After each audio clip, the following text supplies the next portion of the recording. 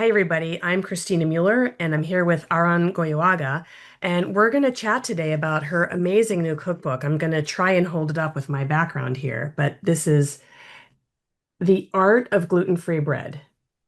And this is I don't want to call it epistolary, but it's one of those books where I, as someone who leads the gluten-free and casein-free and egg-free life, was super excited about because it goes into detail about all these different kinds of breads that you can make as a gluten-free or allergen-free baker and how to adjust as needed. So, first, I wanted to start by introducing everyone to Aran. She's joining us from, I don't know exactly where near Seattle, but near Seattle somewhere. I'm in Seattle. Oh, you're in Seattle. Yes. All right. So not too far from where I'm sitting in Northern California. And Aran, I think, has been on something of a wellness journey like I've been on. I wanted to really just find out, you were diagnosed with gluten and casein intolerance, is that right? Yes. So I was diagnosed with gluten and casein intolerance in 2010 after about, let's see, my son was born in 2006. So about 3.5 years of first there was Hashimoto's thyroiditis and then Meniere's disease. And so I kind of went back and forth.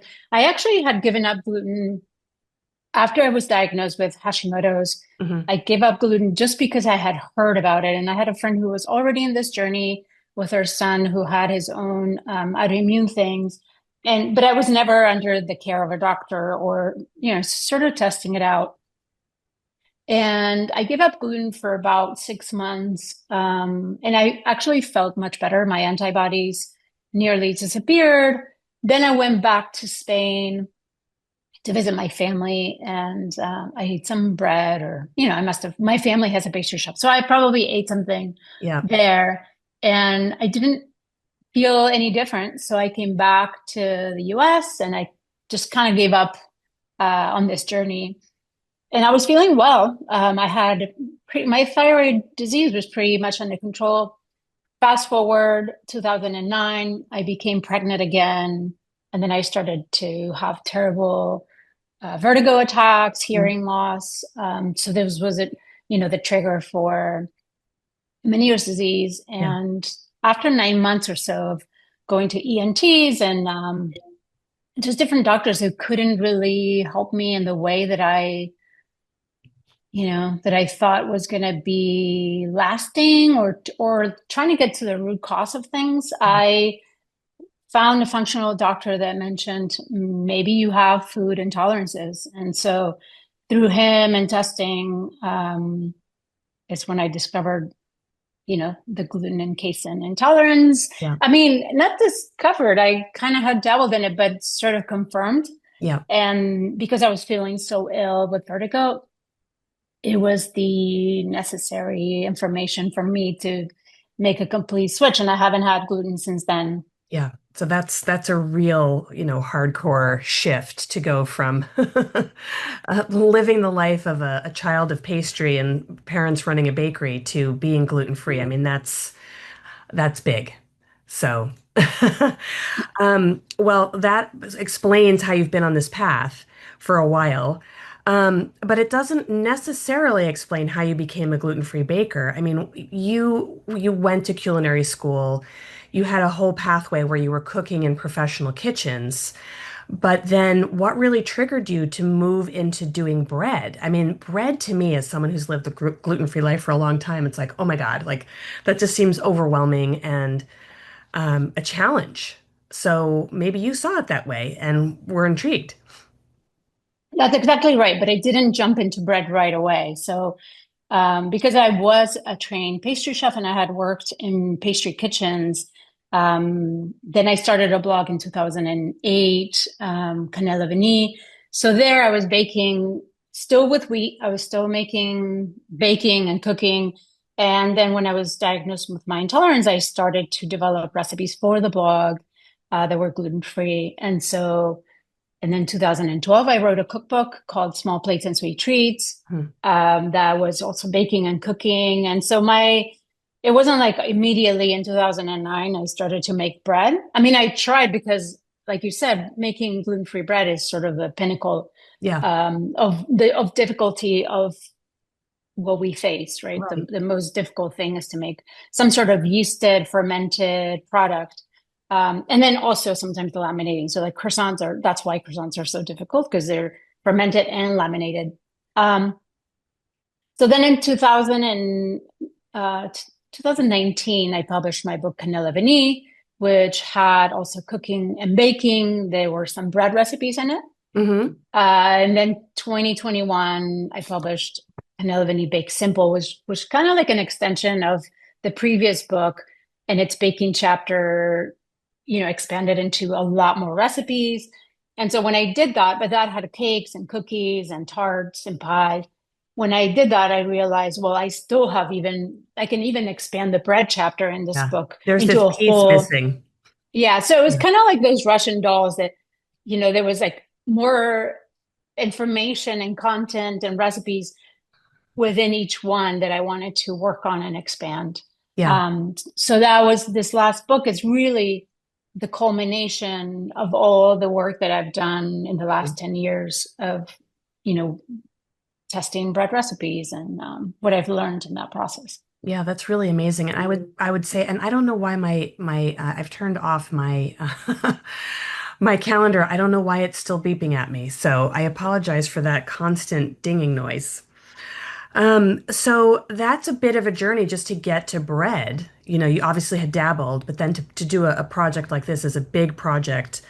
When you're talking to someone who's an amateur baker who isn't someone who's trained in pastry or bread, where do you normally recommend that they start? Like, is there a starter recipe? Is it a flatbread? Is it a sweet bread? Like, where do you normally point people towards to start doing bread? I would say, I mean, if you're following a recipe that's really well written and has context around it, you should be able to even start with a sourdough bread. Mm. But if it's intimidating to you, maybe start with something that has a little bit more, that is more forgiving. Hmm. So usually baker's yeast based breads have a lot more consistency in how they ferment, the timing. Sourdough starter really widely varies depending on where you are, the type of flour, not only let's say the brown rice flour that using brown rice flour versus sorghum flour, but also even within brown rice flours, like who milled it, where that rice came from, like that's really kind of like that's why it's called a wild fermentation. And so I would say anything that uses baker's yeast is probably like a good starting point. And it could be like a sandwich bread loaf or even a brioche or things that to me feel very consistent. Hmm. Um, but I would say with bread, you can be a little bit looser with a cake or cookies. When you're making bread, you really have to be committed to the process. Yeah. There's no sprinkle this, sprinkle that. I'm going to take what I did before. You really have to follow the recipe as Yeah. the You need a author scale. intended to. Yeah. Also, in these bread books, there's so much information in the beginning of the book, introduction, that you have to really read Yeah. because it's important, because it requires, I don't want to make it really intense, but it requires some precision and Hmm. understanding of what you're doing. Yeah. And so if you read the basics and if you've never made bread, like if you just kind of get into the process of bread baking as a general process and what it means to do that and what tools you need, then you should be able to jump to a recipe, follow it to a T, Yeah. and then start making your own adaptations. And so with gluten-free, as you know, all the different ingredients there's a huge variance and inconsistency. So if you buy brown rice flour from this brand or that brand, they're all going to be a little bit different and they behave a little bit differently if they're milled really finely or if they're Yeah. stone ground or if they're sometimes you see sprouted brown rice flour. That's also going to react differently. So I would say understand, like I go deep into each ingredient and what I'm looking for and what I use. So when you can go into the recipe, you go kind of like you have the tools that you need to do Yeah, it. and even some of the gluten-free mixes out there, like the pre-made mixes, some of them have xanthan gum in them and some don't, and that's going to impact how you do even your shortcut baking. So it sounds like though that baker's yeast helps you sort of, level the playing field a bit so that you can make what your goal is, your goal bread, whatever it might be, with success.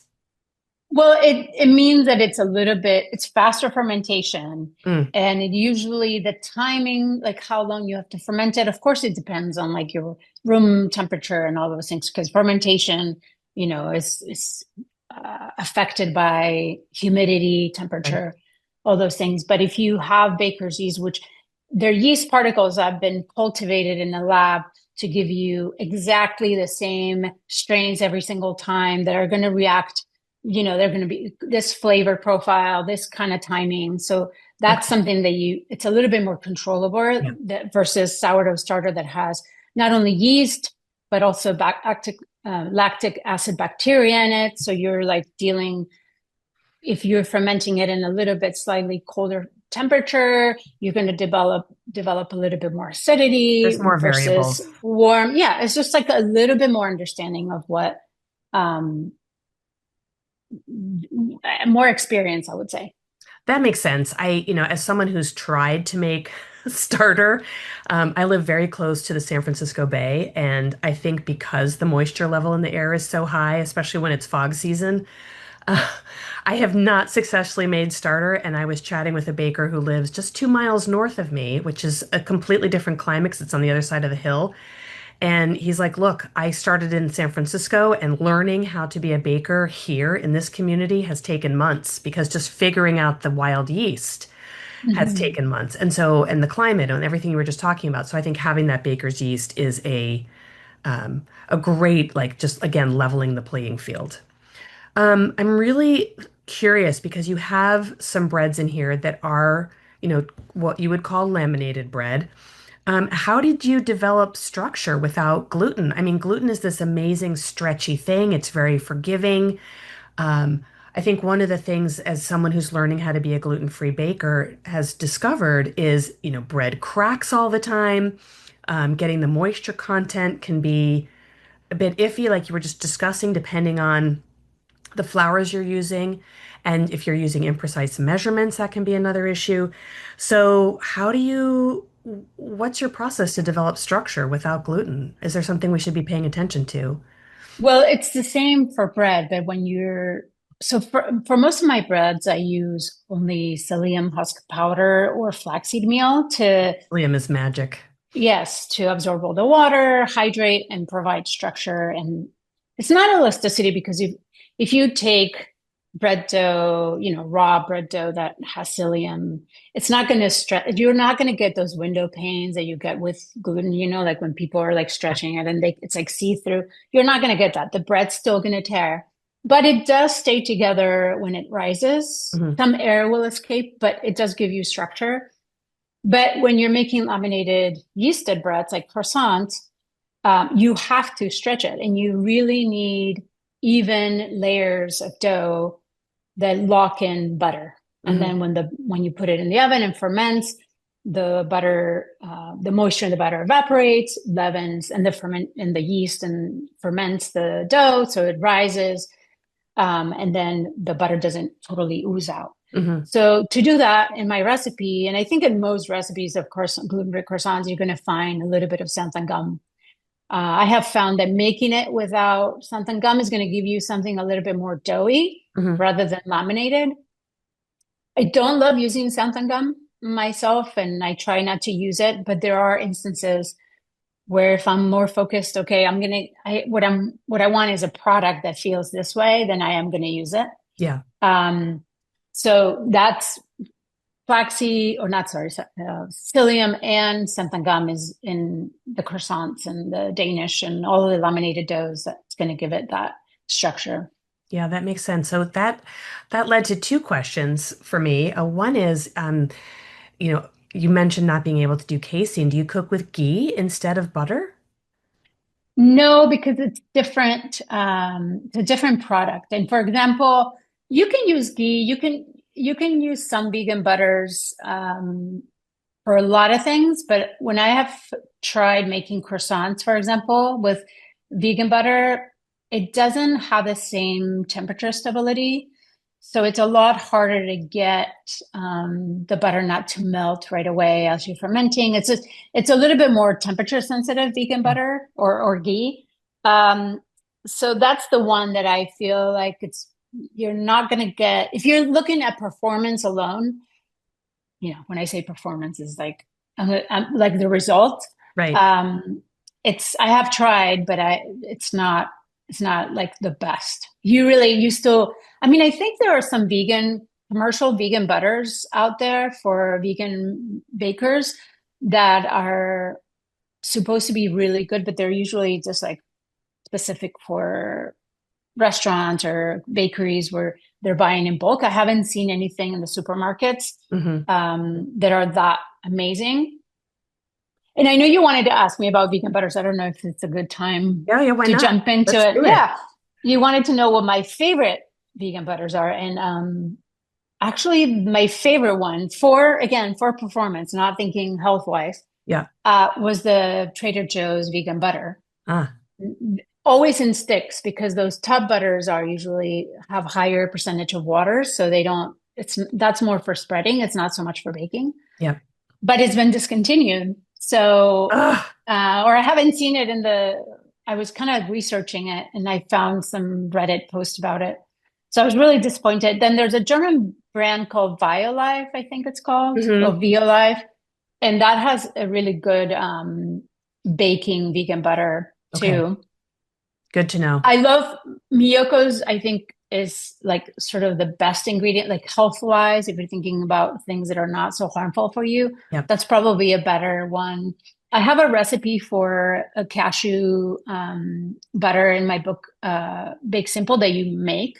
Yep. It has almond flour in it, olive oil, coconut oil, cashews, and it's fermented and it's delicious to eat. And you can make pretty good like pie dough and stuff with it, but I wouldn't use it for croissants Yeah. or something like that. Yeah, I found I use Earth Balance a lot when I do baking because I find it's very stable and very consistent, but I love Miyoko's as a spreadable butter. Yeah, and Earth Balance is also I have used it Yeah. too. All right, so that's really good information. So my second question around the psyllium is, so we're all being told to eat more fiber, and psyllium is this amazing prebiotic, which helps you build healthful, beneficial bacteria in your gut and blah, blah, blah. When you're putting together these recipes, some of the recipes I was really drawn to were the ones that have like the heartier flours, like the chestnut flour and the teff flour. Were you thinking about fiber at all when you were putting these together, or was it more just like, oh, this works with this, and it has a beautiful color, or whatever? I wasn't necessarily thinking about fiber. I don't really always intentionally think about the macros or all these things that people talk about. Yeah, I grew up in a family that ate very healthily without really trying to be healthy and just, we ate a lot of beans and lentils and legumes in general. We would have meat once a week, fish 3 times a week, and vegetables every day. So I think those are my choices every day. I'm not necessarily forcing myself this way or when I'm writing recipes, especially bread recipes, I'm really thinking about with this book, I wanted to look at what are all the breads that have not all the breads that have existed in history, of course, but that if I were to build my favorite bakery, what would be in it? So there are breads that are hearty, like the ones you mentioned, like buckwheat and chestnut sourdough breads. There's whole grain breads, but there's also baguettes that are a little bit lighter and they have a higher starch percentage. right. Brioche, and rich sweet bread. So for me, it was really I wanted to create a book where if anybody wanted to open it and today I feel like this or tomorrow I feel like this, like they could have options like pita or pizza, but then there's also ciabatta and walnut have baguettes. And so there's like different Styles. kinds of Yeah, things. It just so personalities. happens that I love myself. I love eating food that makes me feel good. Yeah. And so, yeah, fiber is important. And, I eat lots of it. But it Plenty. wasn't like I wasn't measuring it or thinking, oh, I need more of fiber. Or there's some recipes that are very starchy, like brioche is has a really high starch percentage because you are looking for that fluffiness. And, you can't really make a brioche with safflower No. and seeds and like Please that would be a don't. different bread. It would not be a brioche. Right. It would be the exact opposite of brioche. Which kind of, I mean, one of the things that really drew me in from my particular perspective is I was really curious about your holiday baking chapter. And I think the listeners will be interested in that chapter too, because you have a huge range of holiday breads. You discuss babka and challah. You do hot cross buns. You do panettone. You do donuts and stollen, which is in my family's tradition. And I don't know if people think of these as breads. I think they're more like in the brioche bread, the kind of crossover space. Yeah. But I'm really wondering how you ended down the rabbit hole of these holiday traditions. Like what drew you to them? I love holiday baking. So, I mean, these are things that I have made in the past in my life, like through my years of working as a pastry chef, and even if I didn't make them, I was exposed to them. So I just there's not a better time to bake than kind of those holiday times, I think. So I couldn't have a book without that chapter. I had Yeah, a holiday chapter in my last baking book too, which it was tarts and cookies and all kinds of things. I think I just love holiday baking. there you have it. Yeah. And I try to be, I didn't grow up with challah, but I've been with in communities where we've celebrated Shabbat and Hanukkah and other Jewish holidays. So I wanted to have it, and I love making it. Then I take the challah recipe and I turn it into different things in the book. So um, yeah, I just love playing uh, So that's the around playful and like part. honoring all traditions. So one of the things that caught my eye when I was reading the Stollen recipe, because I've tried to make gluten-free Stollen a number of times and I've done okay with it. But your recipe calls for blending the marzipan with egg, and I just went, "Ugh!" Like, that's not how my mom taught me. How But did you make it? I've always seen it with egg white. so my mom actually, she would make the dough, and then she didn't make handmade marzipan on top of making the dough, so she would buy essentially the log. You've probably seen the logs of Oh, marzipan. Um, and then she would just wrap that in the dough. And so that was her shortcut, even though she would make a homemade Stollen. And okay. when I've made it, I usually whirl my own almond flour and then do the sugar syrup and make the marzipan and then sort of pat that into the gluten-free dough. Hmm. Um, Maybe in Germany it's differently, but in Spain, in my family's pastry shop, marzipan was always made with almonds, sugar, and egg whites. It's so interesting. Yeah. So, yeah, Everyone's a little different. It's just how it yeah, is. yeah. Um, what would you say is your favorite holiday bread? Like, do you lean towards one, or does it depend on the season? Let's see what holiday. I actually really like semla. They're the Swedish buns with marzipan inside Mhm. and whipped cream, and it's a cardamom bun. I love that. And in fact, we're getting into the semla season right now. It's before Fat Tuesday, Yep. so um, I will be making them soon. I love them, and I love their Stollen too because I love and my book is made with sourdough starter, but it's a sweet sourdough starter. And I love anything that takes a long time to make. I know this is probably deterring from a lot of people are like, oh, I don't want something that takes a long time to make. But there's something about the holidays, like where you invest Yeah. time in making something that feels like a project. Like if you were knitting or something, like you're Yeah. just kind of spending time with baking. And so I love that. The panettone kind of has a similar process as the Stollen. They're both sourdough. Um, yeah, what else? I mean, I love them all. I also think like when I look at holiday, what my kids want to do is what we always end up doing before holiday. And then after holiday are like, oh, we didn't get to this, but I'm gonna make it because that's the one I wanted to make. Yes. So that's how it is in my house. Um, do you have a position? I mean, I know obviously your book is around doing your own baking and figuring everything out. Well, you've done a lot of the figuring out, but sort of, learning how to be your own baker. But have you ever worked with any pre-made mixes or any pre-made flour blends or anything along those lines? No. Yeah, I mean, I have used them, but I've never written recipes with them. Yeah. Just because I feel like I'd rather focus on individual flours and their flavors and their textures. Hmm. I understand the convenience of a mix, but I do think that sometimes, like, not all mixes, like you said, are the same. So you are actually adding kind of an obstacle for some people if they can't get that exact flour where Yeah. they are. And sometimes for a cake, it might not make a huge difference because cakes can be forgiving, especially if you have eggs. But for something like bread, you really need to either use only one specific flour that everybody can access, or you really need to focus on individual flours. And I also, because I want to be able to maximize each flour's flavor, texture, its elasticity or non-elasticity. You know what I mean? It's like if I were to use blends, it wouldn't really make sense for Yeah.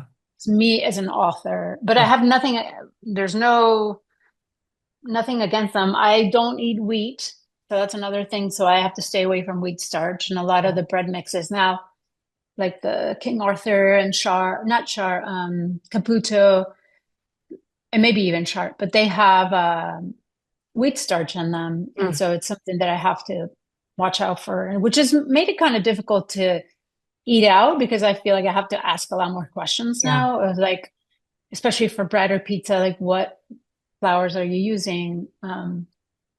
Did But yeah, any but I have nothing, they're convenient and I have nothing against it. Yeah. All right. Well, that's good to know because I feel like that's a really nice entry point sometimes for people. You can get to bread without needing special gear or, purchasing some of the unique flours that you need to really, get into gluten-free baking. I mean, I have them all in my refrigerator, but not everyone is like that.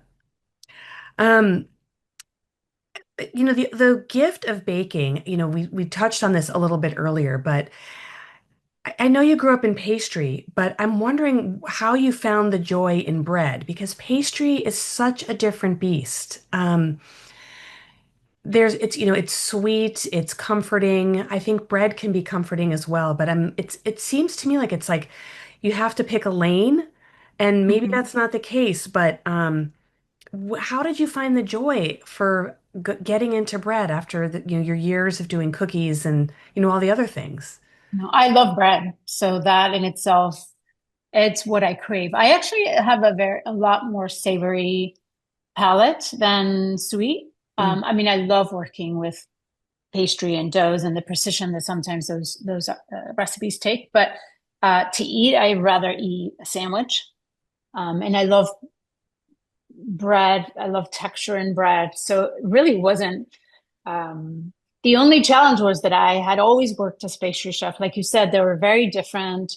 When I was working in kitchens, you had the pastry kitchen and you had the bread kitchen, or the bread department. And we shared the same kitchen, actual mhm. physical kitchen, but we had different shifts and we worked independently. Each team had their own employees. And so I oftentimes like overlapped in time with a bread team and I would talk to them and I would watch them, but I never actively worked there. So that is one huge regret that I have, that I never, in my last job, I used to work at the Ritz-Carlton. And so hotels, I mean, I don't know now, but hotels used to be kind of where you got the best experience, and the broadest of experience because you had all these things that you could do.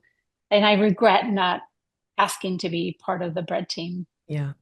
I left before I was able to do that. Well, maybe that's a good thing because you would have learned all these skills around using gluten, and then you would have had to forget them all. Yeah, I mean, I do think it helps in some ways to understand what happens during fermentation and this and that. But yes, you're right. Maybe I would have picked up habits that would have been an impediment to me thinking outside the box or Yeah, thinking differently or being stuck in a specific texture and I can't get it. And then I think that that's the most important thing right. when it isn't. Well, and that's something I really valued about your book was you actually give people options. You say, you can make this vegan or you can do, there's alternatives. You also give suggestions for how to preserve the bread if you don't eat it the same day, which I think is hugely important in gluten-free living. Um, Something that I wanted to ask you though, because we're all human, um, do you have any success stories around like, starting a ferment and then, oh my God, you forgot about it and all this time has gone by and now what? Um, well, if you've over fermented something, you mean like the final dough is over fermented? Oh yeah, just like any thing that went wrong in the kitchen. Like, do you have a story Um, of like, gosh, I started this thing and I left it overnight and it was only supposed to be 6 hours and now it's turned into this monster, but I saved it. oh, I don't, nothing pops in my head right now, but I know there's 1,000 stories. That's how I've learned a lot of things. Yeah. Well, maybe that's a good follow-up. That can be part of, Yeah. Yeah, our I'm gonna next think about that conversation. one. Yeah.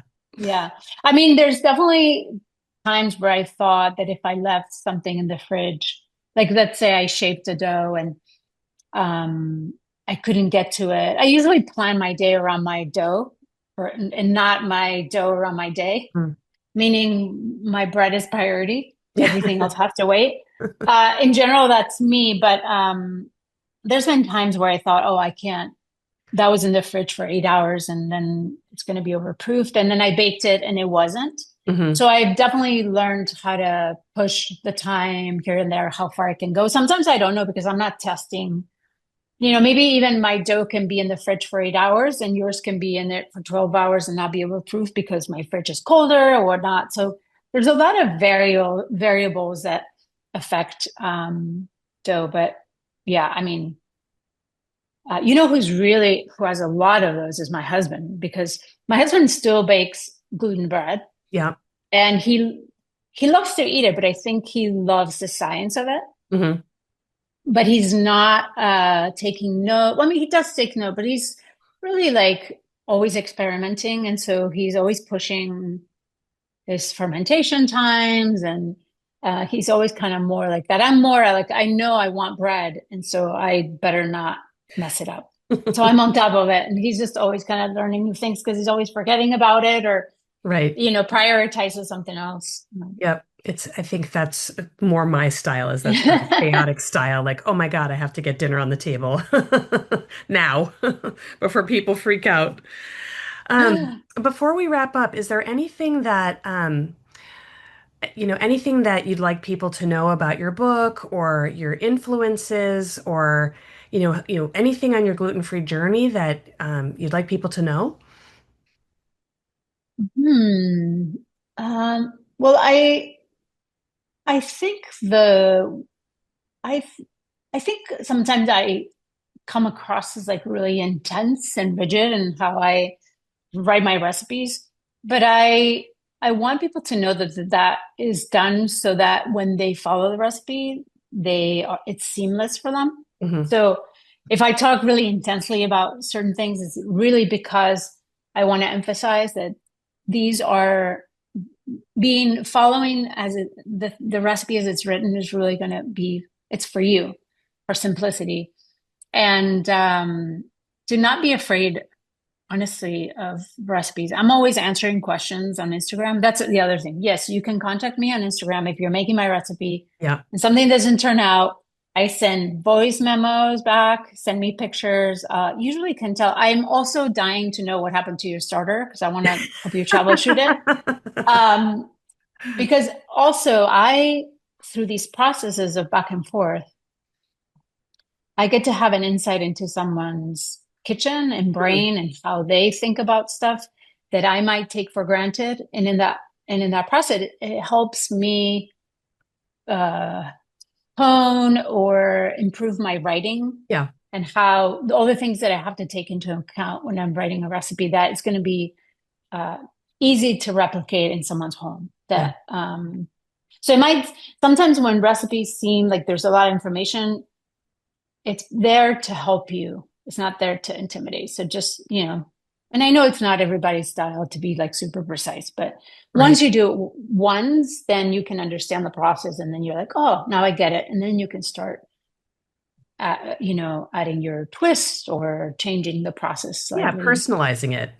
Exactly. Yeah, and having been on this gluten-free journey for, gosh, for me, it's been more than 20 years. It's been 22 years. Um, I have a scale, I have measuring cups, I have all the tools in my kitchen, I have the correct baking pan to, keep the humidity right. But you might not be there yet in your journey. And I think that's one of the beautiful things about this book is that you can be anywhere on the gluten-free journey and there's an entry point for you. The lavash Yeah. cracker, or, like you were mentioning before, there's other ways using baker's yeast to just jump right in. Um, And if not, just message me. Just And message you. I'll And help you. just so the reader knows, before we started recording, I said to Aran that I tried to make the sourdough starter and it went moldy. And I think the reason is because, we've had a lot of rain in the Bay Area recently, and I set it out on my counter and I live close to the water. And within, the short period of time that it sat there, fermenting, it developed mold. So either I didn't have So enough air.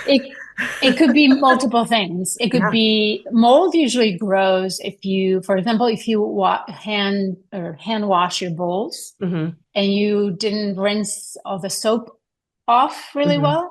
So then when it's the bacteria and yeast are growing, if there's soap, it kills it. And so then mold can so a lot of these microorganisms like bacteria keep mold at bay. So mold is always around us. Yeah. But then if the good ones die, then the mold can take over. Yeah. So having dishes that have soap is one, or if your water is not filtered and it has chlorine, that's another one. Yeah.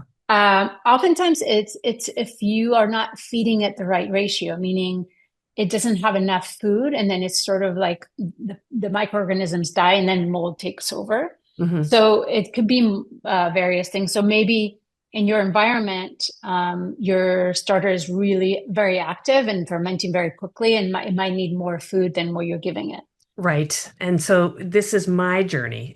It's it. figuring out Message me. figuring out a starter that will survive Mhm. because I've tried water kefir, same thing, it all died. Um, Before we wrap up, because Oh, I've used up plenty of your time here, I wanted to just ask you where people can find you online. I know you mentioned Canel et Vinyle. Um, that's your handle on Instagram. Is that the best way yes. for people to find you, or do you prefer a Yes. website Yeah. or? I have a website that's arangoyoaga.com. Um, I have some on-demand classes there that you can just kind of download and watch on your own time. Um, but the best way to really stay connected with me is through Instagram. It's Canel Veni. And yeah, people DM me all the time. And even my email is on that in my profile, so you can email me if you prefer. But I record voice memos for people and send like I am constantly doing this. You're And I love involved. doing it. You're passionate. Yes. Well, Aaron, thank you so much for being on my podcast. I look forward to tasting more of your work, and I'm going to stop the recording now and we can keep chatting.